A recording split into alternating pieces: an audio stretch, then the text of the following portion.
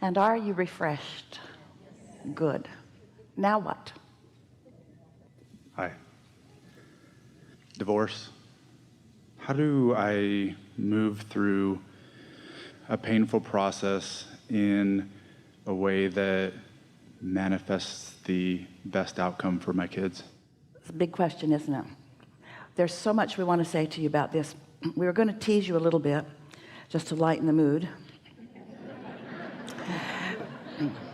That you can't have an unhappy journey on your way to a happy ending. So acknowledging that it's painful, of course, we get that. Acknowledging that it is clarifying helps too.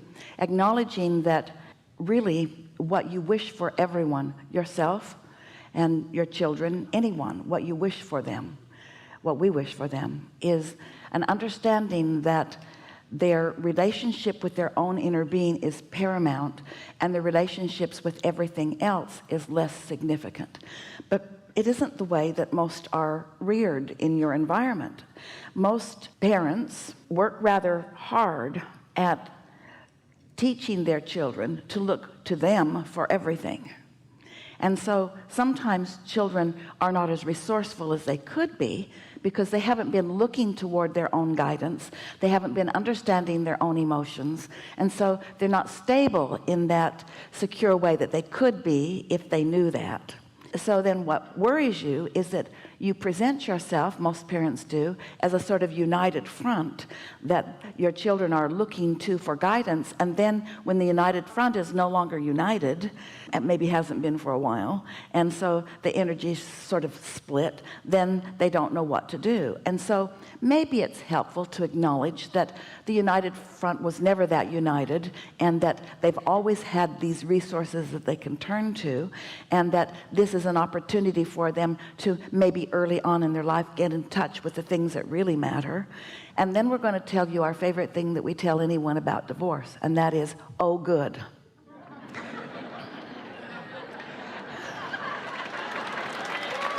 Well, you ran away with that before we meant for you to. Oh good. My children now have an opportunity to see the way that two different people are approaching life. It gives them more data early on to understand their own approach to life. And so you can't control what somebody else does. But if you don't make it a I'm guilty and therefore I'm trying to compensate sort of thing, or I want to be seen as right and I care so much what you think that now I'm going to push against the other in order to win votes. If instead you really are, and we know that you are, wanting the greatest value for your children, then this is an opportunity that will benefit them much more than it is an enduring experience that will be to their detriment. Really, it is. First of all, far too much is made of parenting. Because what parenting is really, in human sense, is it is the structure by which individuals deprive their children of their own guidance system and replace it with others who are rarely in alignment with source energy, and certainly not in alignment with what the kids want.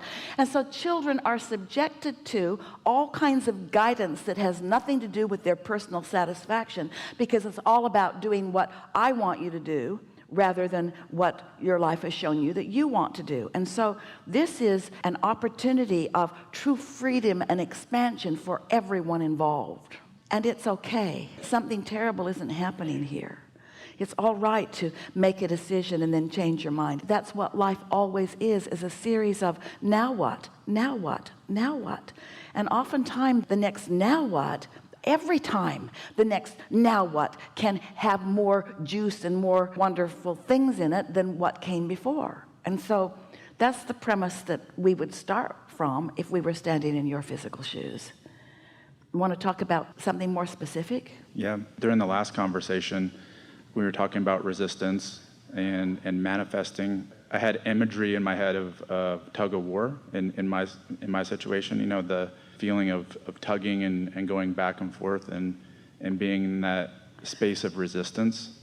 And it made me wonder what I'm actually manifesting through this process, because my intention is to manifest a positive outcome for all involved. And so I think my question for you is, what is my responsibility through this process? Because there is a rope. First, we want to clarify that the tug of war, and the only tug of war worth talking about, is the tug of war that you put on yourself when you're pulling against yourself. Sometimes in a confrontational situation, it feels like the tug of war is between two people, but it never is, because your inner being has an opinion and an approach to what's going on. And anytime you feel a tug of war going on, it's between you and you. We know it doesn't look like that because you're having knee-jerk responses to what somebody else is doing. But there isn't anything better than having someone who's really getting a lot of satisfaction out of knee-jerking you, and you getting so that you're not knee-jerked. Nothing is more satisfying than to find stability in what seems like an unstable environment. You can do that because your inner being is not unstable.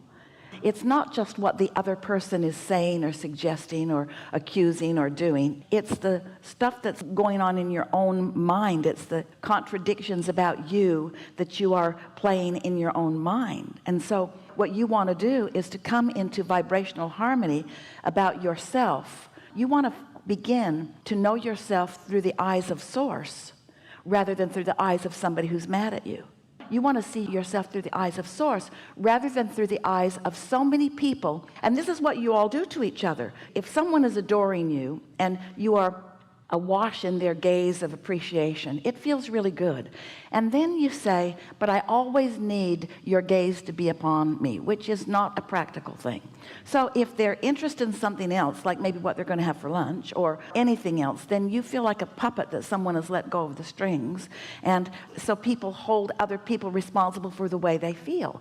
That's what's at the root of every uncomfortable relationship. That's what we were playing with the segment intending that we were talking about earlier.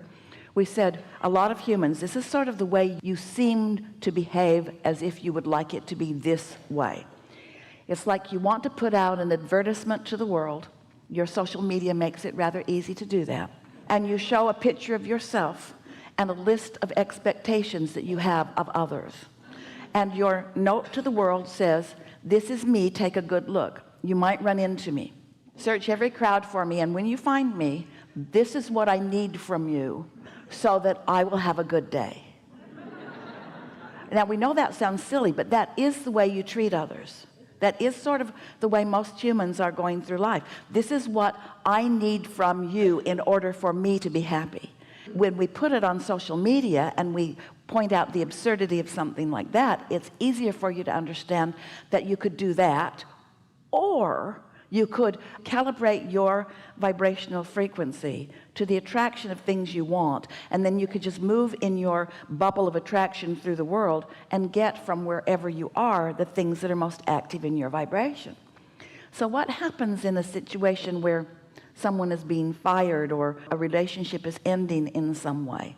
What happens is there is the potential of coming to a keener awareness of understanding that all you got to do is clean up your point of attraction, and that it never was about the other person. Because what happens, people keep moving to different faces and different places and having the same experience because they keep taking themselves and their habit of thoughts with them. A belief is just a thought that you continue to think. So in answer to your question, how can this be something that is not just tolerable, not just endurable, but something that can be satisfying for you and for everyone involved, certainly your children? How can you go about that? You have to find your own balance, because you can't encourage or promote or add to something that you're not. You must find your own balance. And so here's the way we would start it.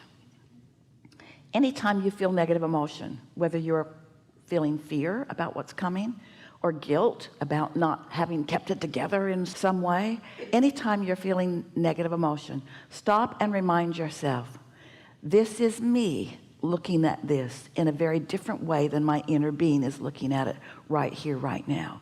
And then once you've acknowledged that, ask yourself the question, what does my inner being think about this? So for example, you have a thought like, it's going to be so disruptive to my kids, and it's going to upset their life, and they're going to have instability that could affect them. And you can really get carried away with that.